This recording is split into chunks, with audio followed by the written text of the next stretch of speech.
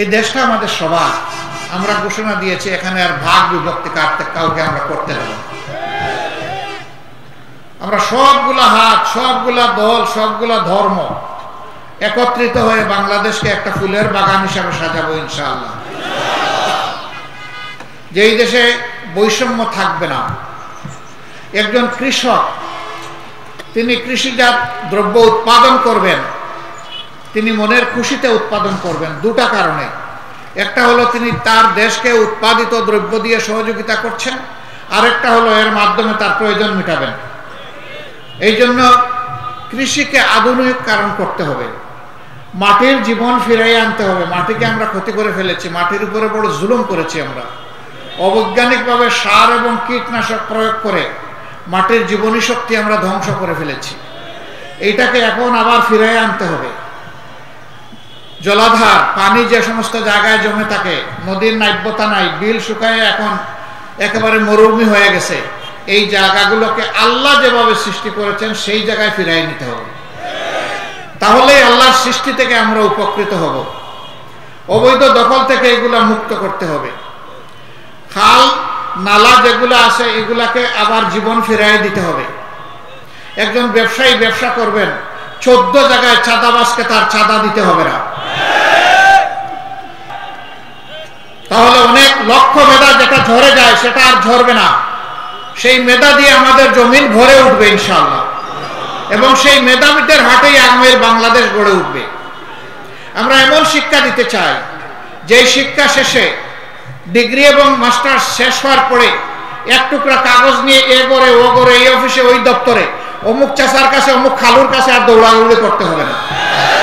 এই শিক্ষার সাথে মানবিক নৈতিক শিক্ষা থাকবে, এবং বৈষয়িক শিক্ষা এমন দেওয়া হবে যে তার শিক্ষা পাঠ চুকিয়ে শেষ করার সাথে সাথে তার হাতে সার্টিফিকেট যেমন আসবে, সার্টিফিকেটের সঙ্গে হয়ে তার কাজটাও তার হাতে চলে আসবে। আমরা প্রত্যেকটি শিক্ষার্থীর হাতকে এই দেশ গড়ার কারিগর এবং কর্মীর হাতে পরিণত করতে চাই ইনশাআল্লাহ। সম্মানিত ভাইয়েরা, এমন একটি দেশ চাই যেই দেশে নারী পুরুষ নির্বিশেষে ঘরের ভিতরেও নিরাপদ থাকবে, রাস্তায় গেলেও নিরাপদ থাকবে, কর্মস্থলেও নিরাপদ থাকবে, এবং প্রত্যেকটি মানুষের সম্মান এবং ইজ্জতের গ্যারান্টি থাকবে।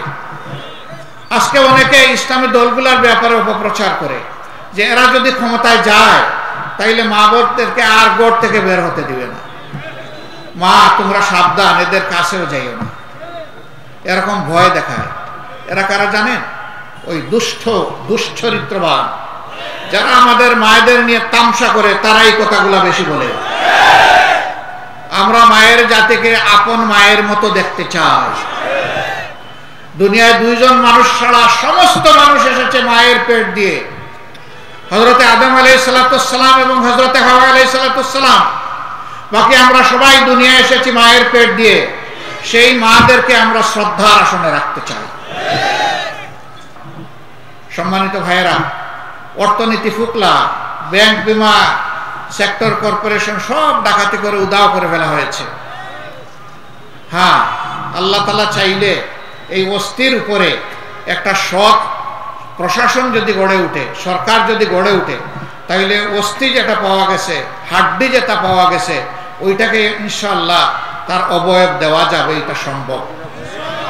বাংলাদেশের সবচেয়ে শক্তিশালী ব্যাংক ছিল ইসলামী ব্যাংক বাংলাদেশ লিমিটেড। সৌভাগ্যক্রমে এই ব্যাংকের 6টি বছর বোর্ড অফ ডিরেক্টরসে আমার বসার সুযোগ হয়েছে। আমি ব্যাংককে দেখেছি, তখন ব্যাংকের ছিল সোনালী যুগ। এরপরে এই ব্যাংকে ডাকাত পড়লো, বিগত সরকারের উস্কানিতে, ষড়যন্ত্রে ডাকাত পড়ে ব্যাংকটা ডাকাতি করে নিয়ে গেল, ছিনতাই করে নিয়ে গেল। আমরা হাহাকার করলাম, চিৎকার দিলাম যে এই ব্যাংক নির্দিষ্ট কোনো দলের নয়, গোষ্ঠীর নয়, মানুষের নয়, বাংলাদেশের মানুষের এই ব্যাংক, জনগণের এই ব্যাংক। কথা বলুন, কেউ কথা বলল না।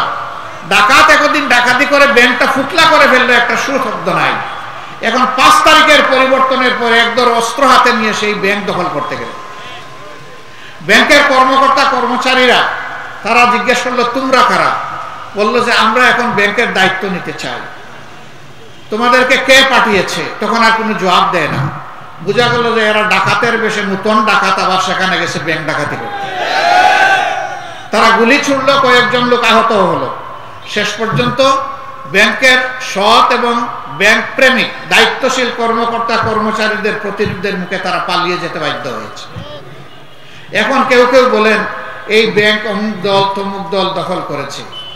ব্যাংক দখল করা হয়নি, ব্যাংক তার মায়ের কুলে ফিরে আসবে ইনশাআল্লাহ। এই ব্যাংককে কুলে নিয়ে যারা বড় করেছিল, এই ব্যাংক তখনই সুস্থ হবে, সবল হবে, গতিশীল হবে।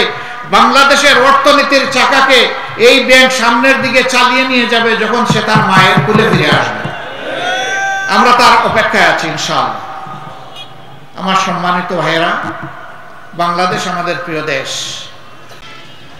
এখানে আমরা মুসলমানরা আছি, আমাদের হিন্দু ভাই বোনেরা আছে, বৌদ্ধ সম্প্রদায়ের ভাই বোনেরা আছে, খ্রিস্টান সম্প্রদায়ের ভাই বোনেরা আছে।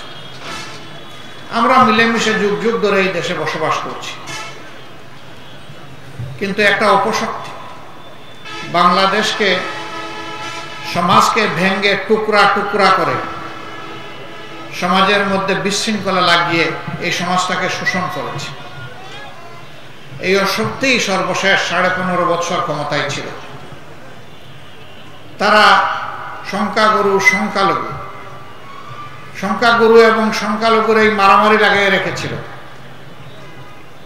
তারা বিভিন্ন ধর্মের মানুষ, নৃজাতির মানুষ, তাদের জমা জমি দখল করেছে, লুণ্ঠন করেছে, তাদের ইজ্জতের উপর হাত দিয়েছে, এমনকি তাদেরকে দেশ থেকেও বিতাড়িত করেছে। 72 সালের 10 জানুয়ারি থেকে শুরু করে 24 সালের 5 আগস্ট পর্যন্ত একই কাজ দফায় দফায় তাদের দ্বারা হয়েছে।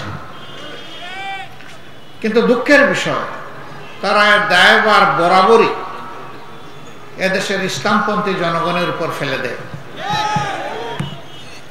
এটা তাদের অভ্যাস। কারণ এই দলটি যা বলে তা করে না, আর যা করে তা বলে না। এদের চরিত্র হচ্ছে এদের কথার সাথে বিপরীতমুখী। আবার একটা দেশকে, জাতিকে স্বাধীনতার পক্ষ বিপক্ষ শক্তি বানিয়ে এখানে আবার একটি ভাগ বিভক্তি করে রেখেছে এবং স্বাধীনতার চেতনার কথা বলে এই জাতিকে এনেস্থেশিয়া দিয়ে বেহুশ করে রাখার চেষ্টা করেছে। তোমরা এই চেতনা নিয়ে ঘুমাও আর আমরা তোমাদের শোষণ করি, আমরা তোমাদেরকে খাবলে খুবলে শেষ করি, আমরা ব্যাংকগুলা খেয়ে দে আমাদেরকে হৃষ্টপুষ্ট করি, সেক্টর ইন্ডাস্ট্রি মিল কর্পোরেশন যা আছে সব শেষ করি, শেষ করে দেশেও রাখে নাই, সব নিয়ে গেছে বিদেশে। 26 লক্ষ কোটি টাকা 15.5 বছরে বাংলাদেশ থেকে তারা চুরি করে বিদেশে পাচার করেছে। আপনাদের এইদিকে বোধহয় এই কথা নাই, চুরের মার বড় গলা, এইদিকেও আছে তো, সব জায়গায় দেখি আছে। কিন্তু আসলে এই চুরের মার বড় গলা এদের ক্ষেত্রেই সঠিকভাবে এটা খাটে। তারা যখন তখন মানুষকে বেইজ্জত করেছে, আলিম উলামাকে বেইজ্জত করেছে, এদেশের বিশিষ্ট রাজনৈতিক নেতৃবৃন্দকে বেইজ্জত করেছে, খুন করেছে। তারা বিরোধী দলের নেতাকর্মীদেরকে দুনিয়া থেকে উঠে ফেলেছে, আবার কাউকে কাউকে গুম করে এখন পর্যন্ত তাদের পরিবার জানে না তাদের বুকের ধন জীবনে বেঁচে আছে কিনা। তারা আয়নাঘর তৈরি করেছে। তারা আমাদের জনগণের ভোটের অধিকারটা কেড়ে নিয়েছে। এখন আমরা চাই যে ফেসিবাদের বিরুদ্ধে 15.5 বছর লাগাতার আমরা রাজনৈতিক দলগুলো আমরা যুদ্ধ করেছি, লড়াই করেছি, কিন্তু শেষ ফলাফলটা আমাদেরকে এনে দিয়েছে আমাদের যুব সমাজ, ছাত্রছাত্রীরা, তরুণ তরুণীরা। আমরা তাদেরকে ভালোবাসি, সম্মান জানাই, শ্রদ্ধা জানাই, সেলিউট জানাই। তাদের জন্য আমরা গর্বিত, তারা আমাদের সন্তান। একটু আগে আমার ভাই মৌলানা আব্দুল হালিম বলে গেছেন 17 বছর বয়স পর্যন্ত সরকার চিন্তা করছে যাদের বয়স হয়েছে তাদেরকে ভোটার করার। যদি 17, 15, 16, 14, 12 আমাদের এই সন্তানেরা যদি যুদ্ধ করে আমাদেরকে স্বাধীনতা এনে দিতে পারে, আমরা কি একটা ভোটের উপহার তাদের হাতে তুলে দিতে পারি না? এদের কথা শুনলে তো আমাদের আনন্দিত হওয়ার কথা। এরা তো আমাদেরই সন্তান, আমরা তাদের অভিভাবক। সেই বাবাই তো সার্থক বাবা, যে তার সন্তানের উন্নতিতে অগ্রগতিতে উৎফুল্ল হয়, খুশি হয়।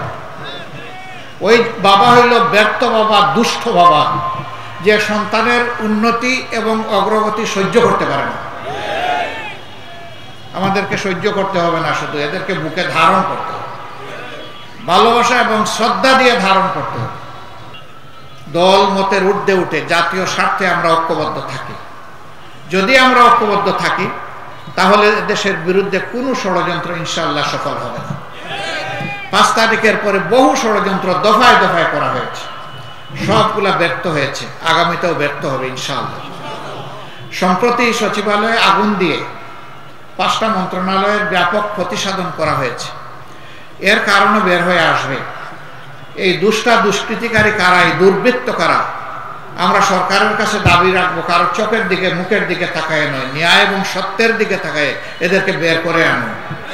সমাজের সামনে এদেরকে খুলাসা করে দিন, এদেরকে আইনের আওতায় এনে কঠোর শাস্তি বিধান করেন, যাতে আর কোনো দুর্বৃত্ত এরকম আর হাত বাড়ানোর চিন্তা না করে। সম্মানিত দেশবাসী, আসুন সেই বৈষম্যহীন একটা সুন্দর বাংলাদেশ, মানবিক বাংলাদেশ গড়ার জন্য, আমাদের সন্তানদের জন্য আগামীর একটা অনুকূল পরিবেশের বাংলাদেশ গড়ার জন্য আমরা ঐক্যবদ্ধ হই। আল্লাহ আমাদেরকে তৌফিক দান করুন।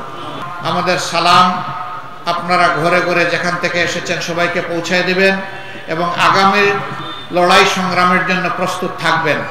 সংস্কারের পর একটা সুষ্ঠু নির্বাচনের জন্য এই জাতি চাতক পাখির মতো চেয়ে আছে। আমরা বলেছি এই সুষ্ঠু নির্বাচনের জন্য অবশ্যই সুষ্ঠু ভোটার তালিকা, নির্ভুল তালিকা তৈরি করতে হবে। ঘরে ঘরে গিয়ে একটা উপযুক্ত মানুষের যাতে বাদ না পড়ে এর ব্যবস্থা নিতে হবে।